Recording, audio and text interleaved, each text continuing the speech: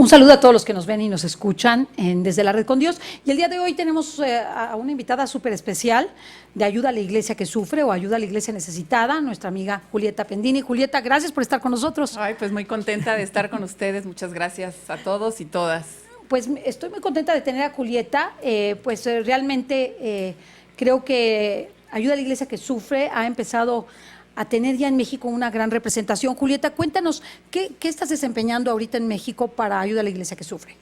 Pues estoy nombrada como directora de México. Como ustedes saben, tenemos 21 oficinas en todo el mundo y pues se animaron allá en Alemania a abrir una oficina aquí en México y me han encargado que ahora pues dirige esta oficina con muchísimo gusto y con mucho reto porque hay mucho que hacer.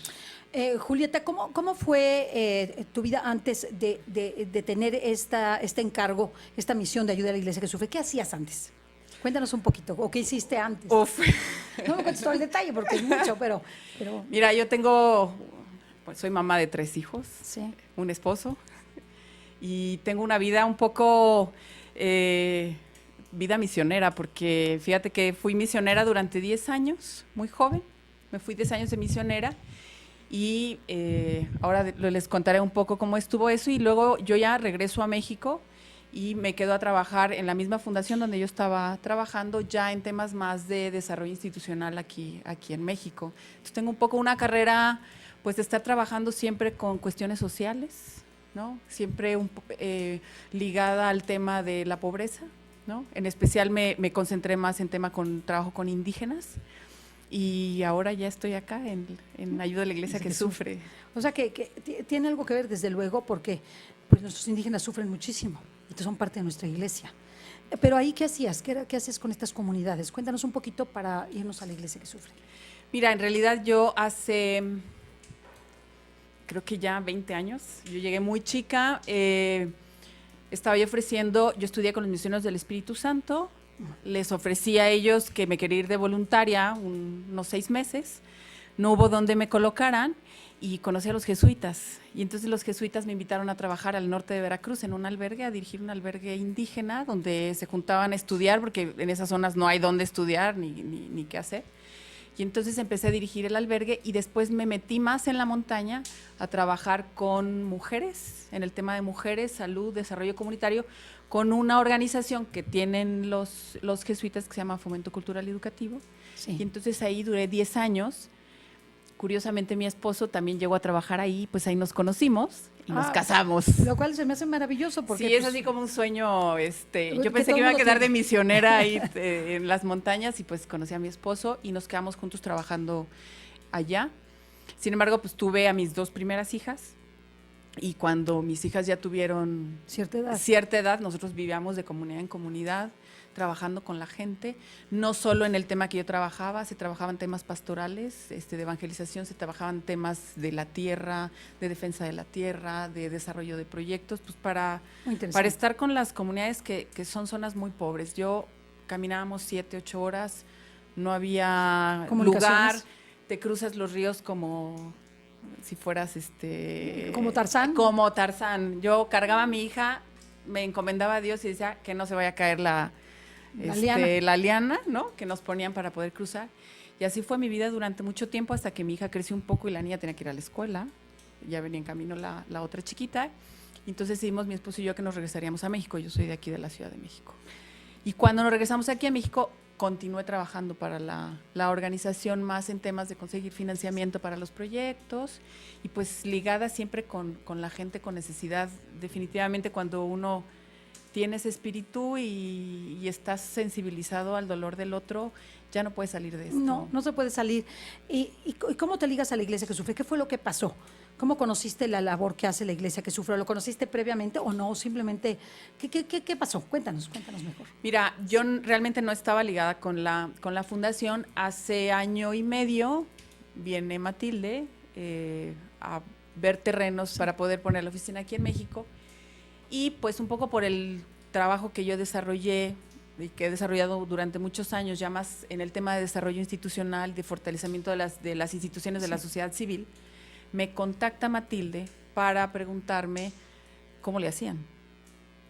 Si venían a poner aquí su institución, qué recomendaciones daban. Esto nos preguntan a mí y al padre Sergio Cobo, que es también un jesuita, que es parte del consejo de la fundación. Y entonces empezamos a ser consejeros de la fundación, él y yo, para todo el tema de desarrollar el proyecto. Y entonces me meto más en temas administrativos, fiscales, de cómo poderle hacer aquí en México, porque además Ayuda a la Iglesia que Sufre lleva más de 40 años apoyando proyectos aquí en México, y además proyectos no solo de los diocesanos, sino de todas las congregaciones, que es una cosa que a mí me llamó mucho la atención, es decir, cómo una fundación puede apoyar necesidades en muchos países, incluido México, pero además no es solo apoyo a los franciscanos, solo apoyo a los javerianos, solo apoyo a los jesuitas, es apoyo a todos, diocesanos, a todos. Yo ahora que he estado revisando cuáles son los proyectos que apoya la Iglesia que Sufre a México, ha apoyado casi a todas las congregaciones y a muchas diócesis aquí en México. Entonces empiezo a ligar, me nombran como consejera de la fundación. Muy interesante. Sí. Y empiezo a trabajar desde que empezó la fundación. Y estaban aquí en México. Aquí en México. O sea, si no, estabas como en una calidad de consejera, pero externa. Yo estaba de consejera externa y de voluntaria trabajándoles varias cosas para que pudieran constituirse como institución. Y entonces así es como me empiezo yo a ligar, a conocer la institución. Yo no la conocía. Y empieza todo un proceso de buscar quién podía dirigir esta institución. Y yo entro en ese proceso para buscar a alguien que se quede, porque yo estaba... Sí. En otros compromisos en paralelo. Y pues la experiencia que en la experiencia que tengo así fue, y así ha sido un poco mi vida, pues uno está en los lugares y Dios te va poniendo en los caminos, y me pidieron quedarme.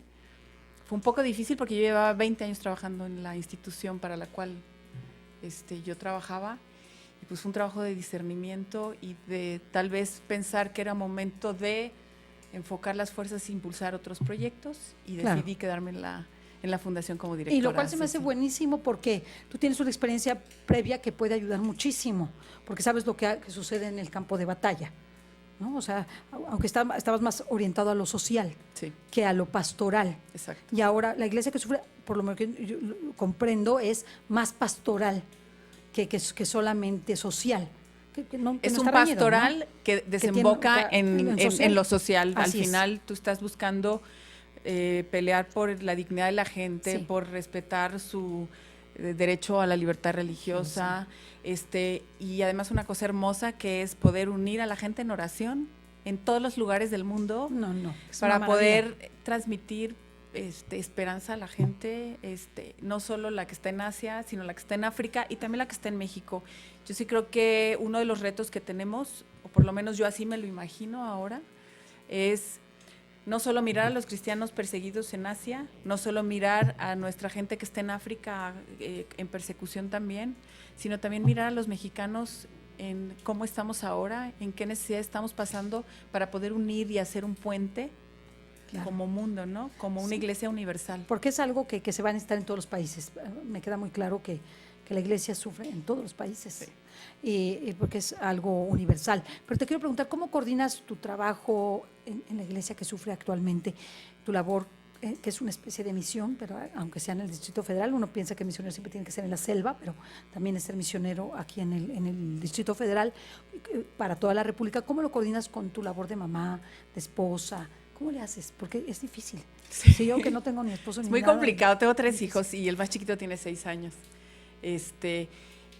Pero cuando uno lo tiene como proyecto de familia, mi esposo también está metido en todas estas cuestiones misioneras, y cuando uno está como familia convencido que hay que estar conectado con la sociedad desde la fe de uno, en oración, pues Dios no sé cómo le hace, pero nos da tiempo para estar en la casa, con los hijos, con el esposo, y además también dando la vida pues por este trabajo que además cada vez me encanta más.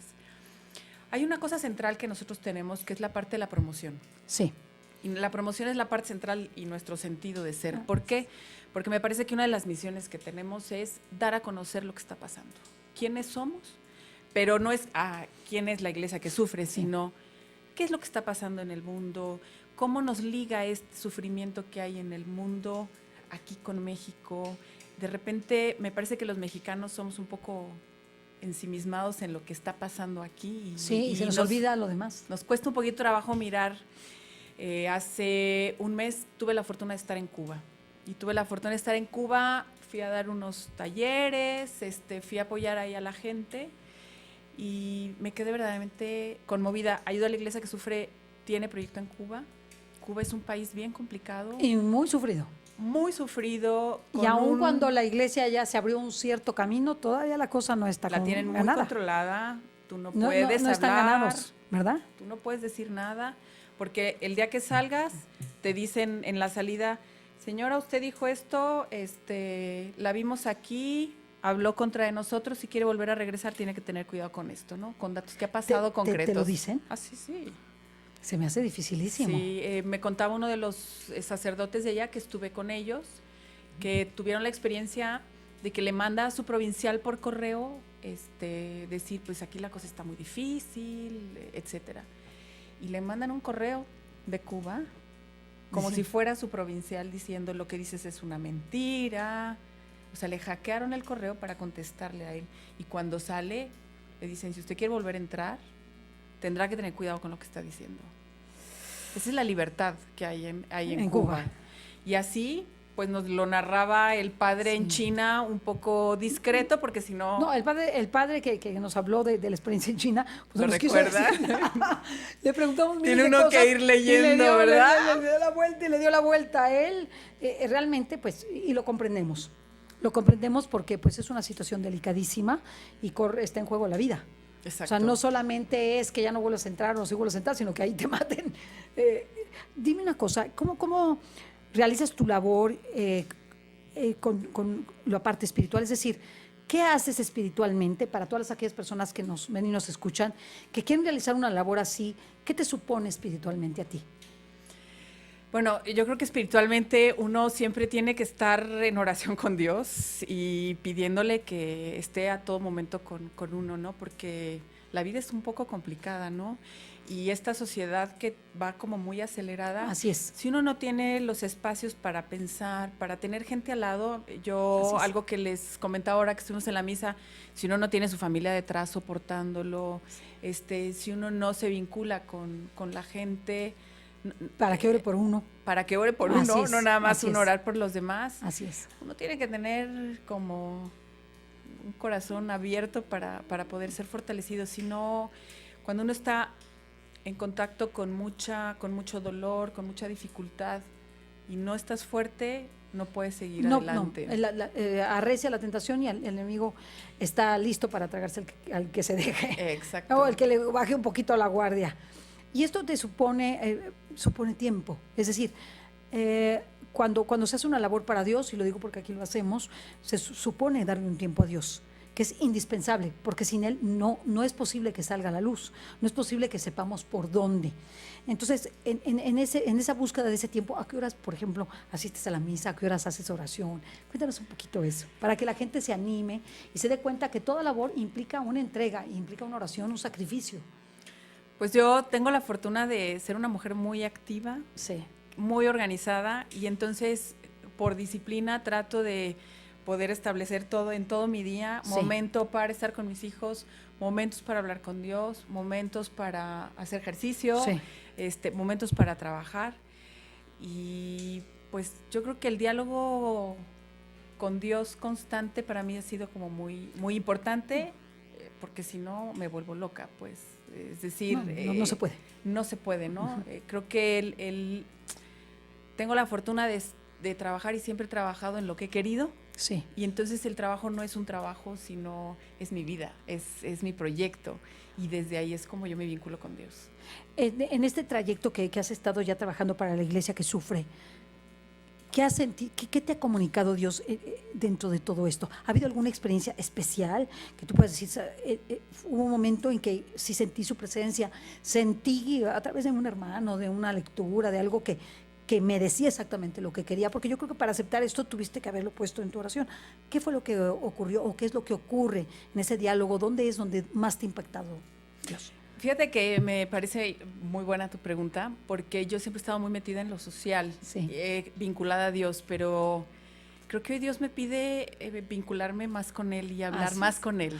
Es decir, a ver, Julieta, estás muy en lo social, pero voltéame a ver un poquito, ¿no? ¿Y creo que ha sido ahora un reto, estoy muy contenta, ha sido un Es reto un gran reto. fantástico.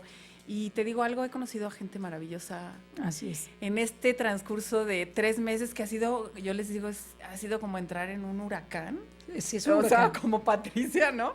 Entrar en un huracán que además no tiene fin. No. Es un huracán que aumenta y ha sido fantástico la gente de Dios que he conocido y la gente que he tenido al lado que me ha soportado. Amigos sacerdotes, muchos amigos sacerdotes, Sí. a los cuales agradezco muchísimo, que son los que me han impulsado a decir, estamos Sigue, contigo, sigue. tú síguele. Y Dios, yo creo que paso a paso me ha mostrado que ahí está. Entonces, que quiere estar y que ahí. me quiere ahí, ahora de otra forma, Ajá. mucho más cerca de él. Es que la iglesia que sufre, hay un ministerio que se llama el Ministerio de la Consolación. Entonces, ese ministerio, la persona que empieza a realizar, se da cuenta que consolar al triste, en todo lo que significa estar triste, es un ministerio extraordinario, ¿verdad? Al abatido, al sin esperanza, ¿verdad? Porque es amplísimo. Sí. Y no solamente incluye a las personas, incluye a la naturaleza, incluye todos los seres creados. Porque pues una planta que agarran y la cortan y la tiran al suelo, pues es una criatura que sufre, igual un animalito, pero en el caso de los seres humanos, me parece que este ministerio es el ministerio que realiza la iglesia que sufre, que es algo maravilloso. Y en este vincularte aquí en México, ¿cómo has visto que se consuela a la gente? ¿Cómo se le consuela? ¿Cómo se llega a ella? Porque es más allá de que le compren o que le haga llegar el agua, o más allá que le hagan llegar las Biblias, o más allá, ¿cómo se vincula la iglesia que sufre más allá de lo material? Bueno, yo creo que no solo la iglesia que sufre, yo creo que esto es una cuestión de cuando tú te vinculas con la gente y estás con la gente, no solo por darle un vaso de agua, como Así tú es. decías, sino estar. Yo creo que el simple hecho de hacer un vínculo, de unirte, de hacerte solidario al otro, ¿no? Así es. De consolarte con el otro, te une. Yo te puedo decir que en la experiencia que tuve en la montaña y que sigo teniendo, porque sigo teniendo contacto con estas comunidades, uno se vuelve con la gente y desde la gente y para la gente en una vinculación que va más allá de llevarles cosas o que va más allá de darles dinero, sino es una muestra de fe, ¿no? De estar y de compartir. Y hay cosas que es el espíritu el que se mueve, ¿no? No te puedo explicar más. Es un espíritu que transmite, es mucho ¿no? más. Es mucho más que darle algo material.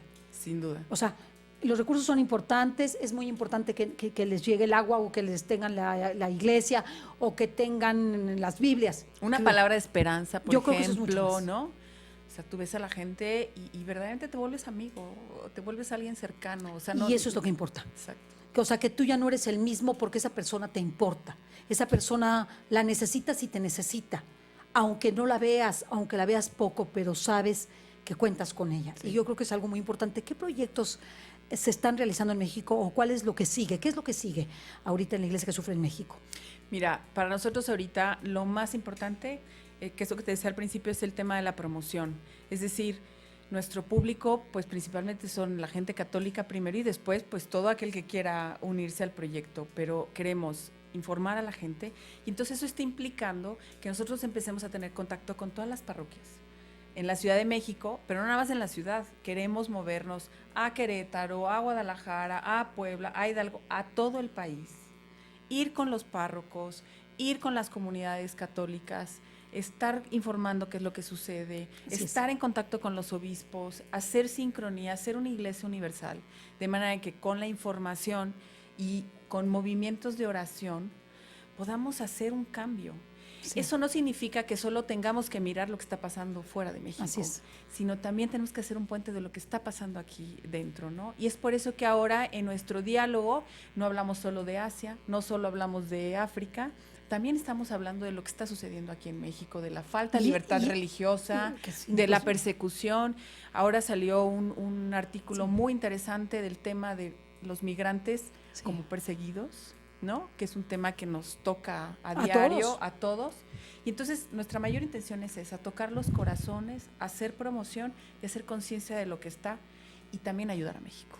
No es solo que nuestros hermanos colaboren, o sea, lo que les pedimos es que nos ayuden a colaborar a los proyectos que hay en todo el mundo, pero sabiendo que también México es un país beneficiado por ayuda a la iglesia que sufre y que va a seguir siendo beneficiado. Entonces, fíjate, México al unirse a la iglesia que sufre, es un puente de oración para México y para el mundo. Exacto. Segundo, es un lugar solidario con el que sufre. Y de esperanza. Y de esperanza, o sea, que con eso es solidario y le da esperanza. Y además le da ciertos medios materiales, porque no es todo lo que da, o sea, ciertos medios materiales dentro de sus posibilidades para que pueda ejercer su fe, para que pueda realizarla, para que pueda tener la Biblia, para que sepa leer, para que pueda tener el agua que necesita para poder llegar a su iglesia, ¿no? Porque a lo mejor necesita agua y no hay agua en el pueblo, no hay agua que pueda soportar todo esto. Entonces, a mí me parece que la iglesia que sufre el título es avasallador. No solamente una iglesia necesitada, es una iglesia que sufre. Más allá de muchísimas sectas y muchísimas orientaciones de nuestro mundo que, pues párate de sufrir, deja de sufrir, ¿no? O sea, no sufras. Y en cambio, la iglesia que sufre es una esperanza para el mundo porque el sufrimiento es redentor. Exacto. Y creo que comunicarle a las personas que sufren, pero no sufren sin ton ni son, sino que sufren para redimir en lo personal, para redimirse en lo personal y para redimir al mundo, hace la diferencia. Y además, una cosa que quiero comentarles a todos pues a toda la gente que nos está viendo. A los cibernautas. Exactamente.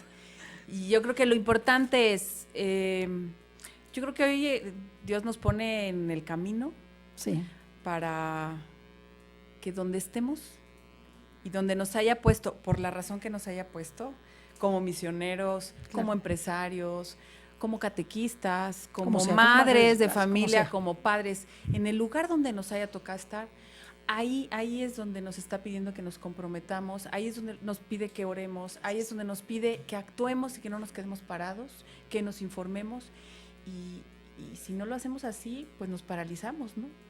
Tenemos que comprometernos con el trabajo que nos tocó y en donde nos tocó estar y desde ahí, pues ser un ejemplo de vida y ser un ejemplo de esperanza para mucha gente en el mundo. Así es, y una fuente de oración continua, de sacrificio. Y yo te hice una pregunta hace tiempo y te dije, o una afirmación, ayudar a la iglesia que sufre sin sufrimiento, imposible, ¿no? Lo mismo se lo dije a Matilde, a la Torre. Te lo pregunto a ti, ¿cómo tú ayudas con tu sufrimiento a la iglesia que sufre? Pues es que es un sufrimiento que se vive, pero para trascender, no es un sufrimiento que te mata, ¿no? Sí. Es un sufrimiento que te ayuda a trascender y que te ayuda a transmitir el espíritu, el don de Dios y el poder hacer un bien para esta sociedad que necesita que todos quepamos, que todos entremos, que todos seamos parte, no solo algunos. Aunque no diéramos nada, ni un quinto, pero simplemente ofreciéramos nuestros sufrimientos cotidianos en favor de todos los que sufren y de la iglesia que sufre, ya hubiéramos hecho algo grandioso. Sin duda. Grandioso. Sin duda. Extraordinario. Así que yo invito a todas las personas que nos ven y nos escuchan, Julieta, a ofrecer estos sufrimientos que tenemos cotidianamente, que si el frío, que si el calor, que si la comida, que si el impuesto, que si el trabajo, que si el jefe, que si el esposo, que si el hijo, ofrecerlos por todos los cristianos que sufren en el mundo. Y yo creo que estaremos haciendo algo tan grande como ser misioneros en ese lugar. Es la oportunidad para ser misioneros en este mundo. Así es. Y para ayudar a los que sufren y para estar con los que sufren y para ser parte de la obra de Dios y del proyecto de Dios que nos quiere a todos trabajando porque tengamos un mundo mejor. Hazles una invitación a todas las personas a que se unan a la iglesia que sufre de diferentes maneras para terminar. Haznos una invitación a todos los que nos ven y nos escuchan. Pues un poco lo que les comentaba, yo los invito, hermanos, hermanas, amigos, compañeros, que de verdad pensemos en dónde estamos, qué queremos, cómo lo hacemos y que desde ahí lo ofrezcamos a Dios y nos unamos a todo el dolor que hay en el mundo y pensemos que Él sabrá cómo actuar y qué hacer y desde la ayuda de la iglesia que sufre, unirnos junto con ustedes para empujar este mundo que hace falta. Y además lo podemos hacer a través de la página web. O sea, nos metemos a la página web, ayudalaiglesiaquesufre.org. www.ayudalaiglesiaquesufre.mx. Ok, entonces con eso no puedes hacer un donativo, puedes enterarte qué está pasando, puedes ofrecer tus sufrimientos por lo que está pasando, en fin, te invitamos a participar. Y con esto nos despedimos, hemos terminado, prácticamente ya se nos acabó el tiempo, Julieta, se nos fue rapidísimo, Bueno, muchas ya seguiremos gracias. platicando en más Seguiremos cosas, platicando en más de los proyectos, esta es tu casa, Gracias, muy Mundo contenta de Católico estar con ustedes. es la casa de la iglesia que sufre, porque así lo ha querido Dios y Él ha querido Y que recen nos mucho por vinculemos. nosotros y por Sí, mí para que hagamos un buen trabajo. así es. Hasta la próxima. Bye. Gracias.